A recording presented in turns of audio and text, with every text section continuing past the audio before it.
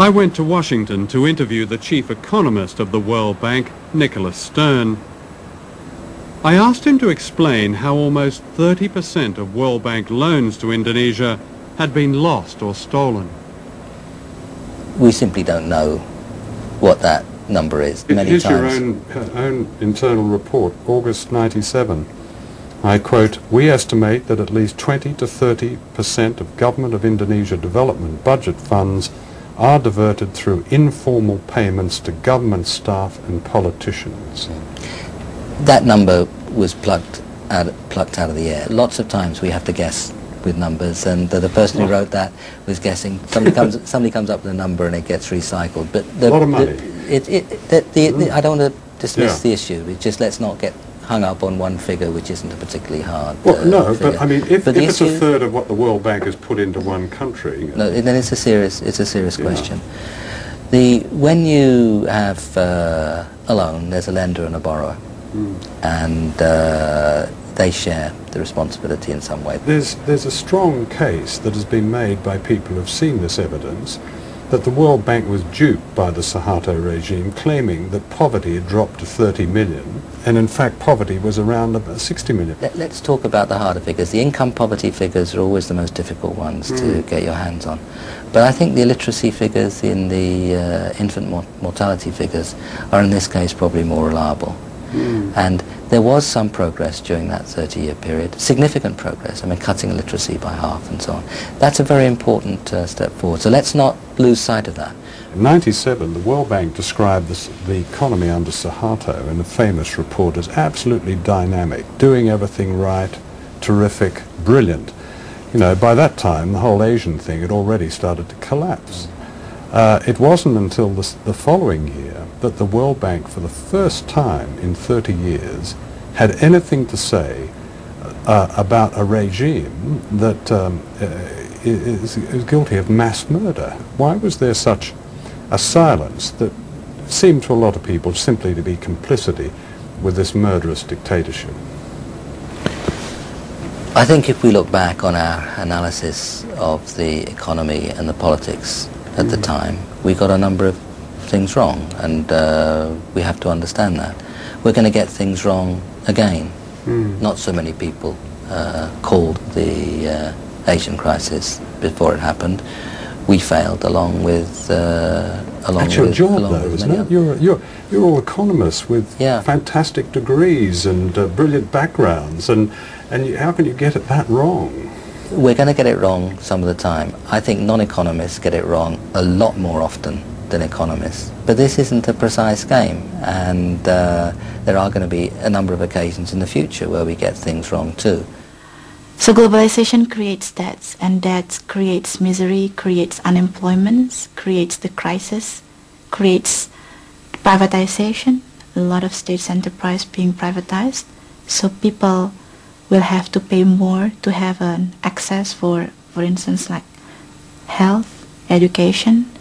So it's not natural. Debts is not natural. It's designed.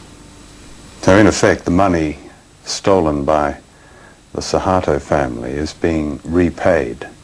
Yeah. By us, by the children.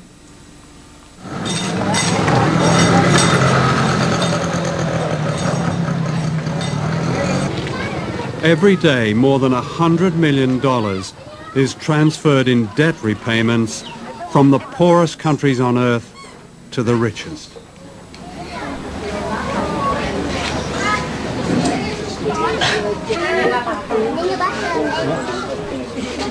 The poverty of families like this is paying off Indonesia's huge debt. The conditions of the IMF's latest loan include a reduction in subsidies on certain fuel and food. Half this man's monthly wage of less than £40 goes on medical treatment for his children who suffer from a serious blood disorder. As prices go up, he cannot even afford the special drugs that keep them alive. Keadaan anak saya yaitu yang pertama dia menderita sakit. Jadi tiap bulan dia harus transfusi darah. Jadi kalau seandainya nggak transfusi darah, dia tiap akhir bulan itu pucat kayak sekarang contohnya. Bibirnya udah pada putih dua-duanya. Jadi akhir bulan itu mesti harus transfusi darah. Itu udah pasti. Pusingnya bukan kepalang. Ya kalau seandainya saya sakit gitu nggak bisa masuk kerja, ya udah apa boleh buat. Paling kita bisa cari pinjaman buat berobat anak gitu. Nanti setelah kita kerja lagi baru kita bayar gitu. Kita cicil. Udah mandi kok Mbak Sis. Kalau seandainya gitu ya, barang-barang naik, sedangkan UMR gaji gitu naiknya nggak seberapa, ya kita otomatis ya kita serahin diri sama Tuhan aja deh. Yang jelas mungkin berobat pun kayaknya nggak bisa. Jadi kita pasrah apa adanya. Sebab gimana kalau kita paksain untuk harusnya setiap pagi anak-anak kasih teh manis, sekarang nggak, susu juga nggak. Ya paling kita bisanya teriak sama pemerintah, ikut lewat FNPBI begitu. Kita tuntut pemerintah dengan supaya naikin UMR 100%. Yang penting sekarang kan alhamdulillah bisa ketemu buat berobat. Biar walaupun kita makan pakai ikan asin, tapi udah alhamdulillah. In the global economy, one American corporation dominates the world trade in food grains, while almost half the world's population, like this family, attempt to live on less than $2 a day.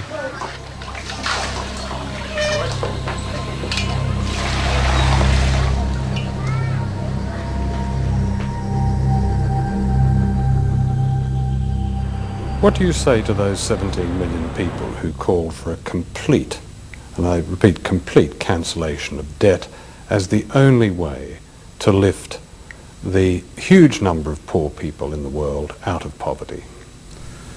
I'd say two things.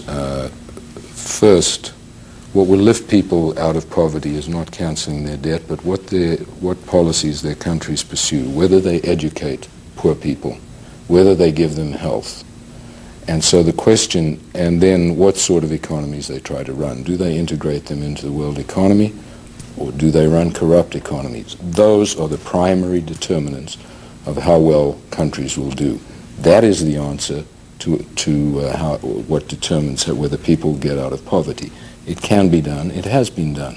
Should we cancel the debt? Cancelling debt is one way of giving resources to poor countries. Mm-hmm. What I'd like to see is a much greater flow of resources to poor countries. I'd like to see the markets of the industrialized countries opened so that these countries where people are poor and can produce agriculture are able to export. That's what will get them out of poverty.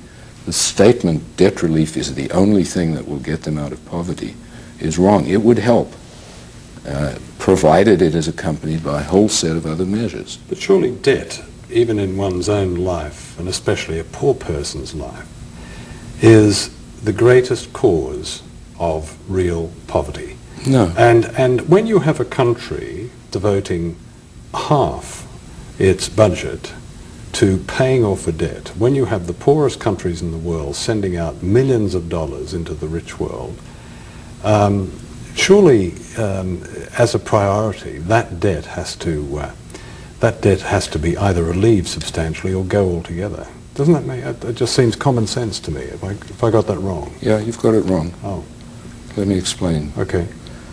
First of all, you are indebted and I am indebted. And I would not be better off if I was somebody to come and cancel my debt, because I'd never be able to borrow again. And debt is a normal way of borrowing in order to do things, purchase goods, invest, when you don't have the resources, and they'll generate an income and you'll repay. So the notion that all debt should be cancelled is a bad one. Financial systems operate on the basis of debt that is paid. The Human Rights Commission of the United Nations, in a very comprehensive report, said, and I quote, "The institutions of globalization have yet to seriously address the issue of human rights in a democratic fashion. Globalization has caused global conditions of inequality and discrimination." What's your response to that?